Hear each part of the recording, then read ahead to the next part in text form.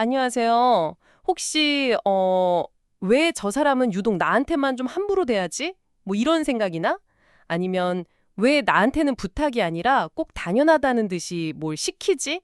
이런 경험 혹시 있으신가요?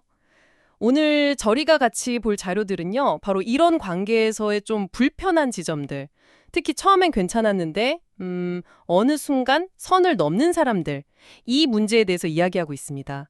그 핵심 개념이 바로 무의식에 허락한 경계의 붕괴라는 건데요.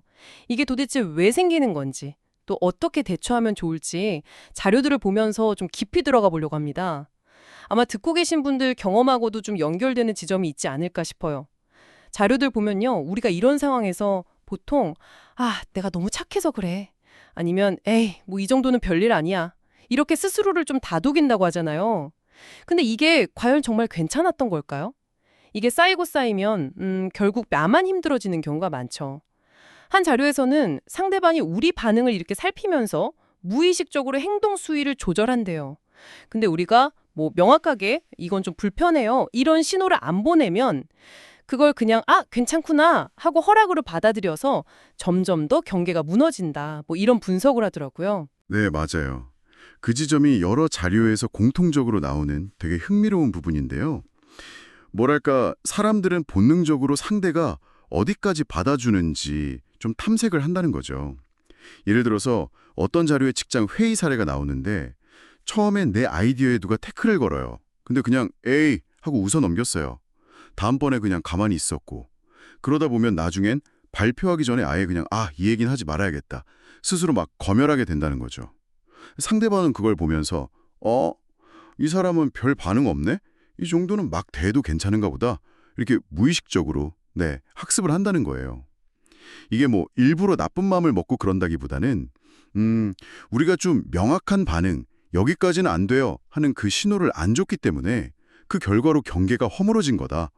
이런 분석이 상당히 설득력이 있습니다. 그러니까 내가 불편함을 표현하지 않는 게 괜찮다는 뜻은 전혀 아닌데 이게 자칫하면 허락으로 오해될 수 있다.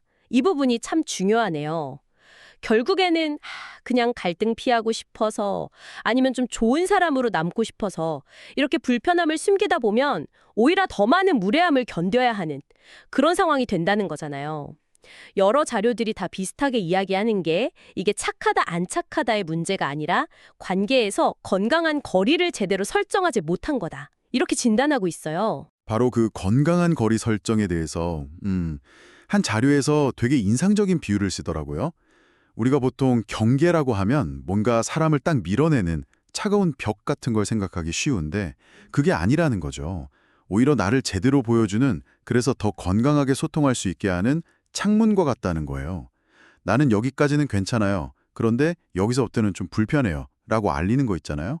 그게 상대를 공격하는 게 아니라 오히려 나는 이런 사람입니다 하고 나를 보여주고 존중하는 방법이고 더 명확한 관계를 만드는 시작점이라는 거죠.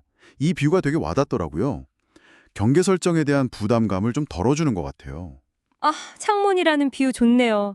그럼 이제 자료들을 쭉 종합해 보면 해결책은 결국 상대방을 바꾸려고 애쓰는 것보다는 음, 내 안에서 나의 반응이나 태도를 먼저 점검하는 데서 시작해야 한다? 이런 결론이군요.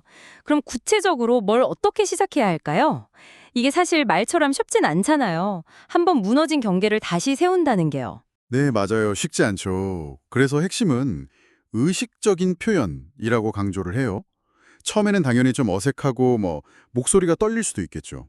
그래도 방금 그 말씀은 제가 좀 불편하게 들리네요. 라던가 그렇게 말씀하시면 제가 상처를 받아요. 또는 지금은 그 부탁 들어드리기가 좀 어려울 것 같아요. 처럼요. 자신의 감정이나 상태를 솔직하게 근데 격앙되지 않고 차분하게 전달하는 연습. 이걸 시작하라고 권하는 거죠. 아주 작은 불편함부터 표현하는 연습이 중요하다고들 하는데요.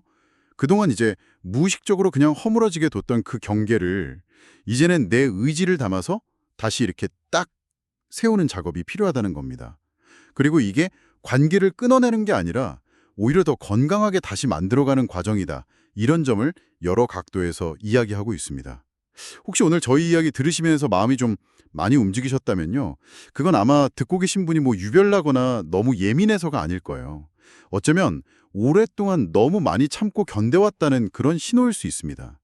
여러 자료들이 마지막에 꼭 하는 말이 있거든요. 당신은 절대로 함부로 대해줘도 되는 사람이 아니다. 존중받아야 마땅한 사람이다.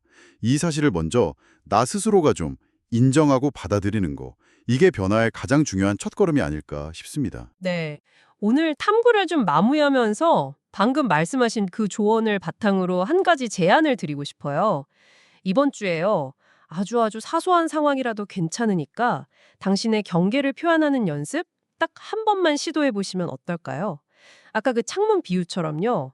상대를 막 비난하거나 공격하려는 게 아니라 그냥 나는 이런 사람이고요. 여기까지가 저한테는 괜찮은 선입니다. 하고 좀 담담하게 알려주는 거죠. 어쩌면 나를 존중하는 그 작은 행동 하나가 생각보다 큰 변화를 가져올지도 모르겠습니다. 네, 오늘 이야기는 여기까지 나누겠습니다. 감사합니다.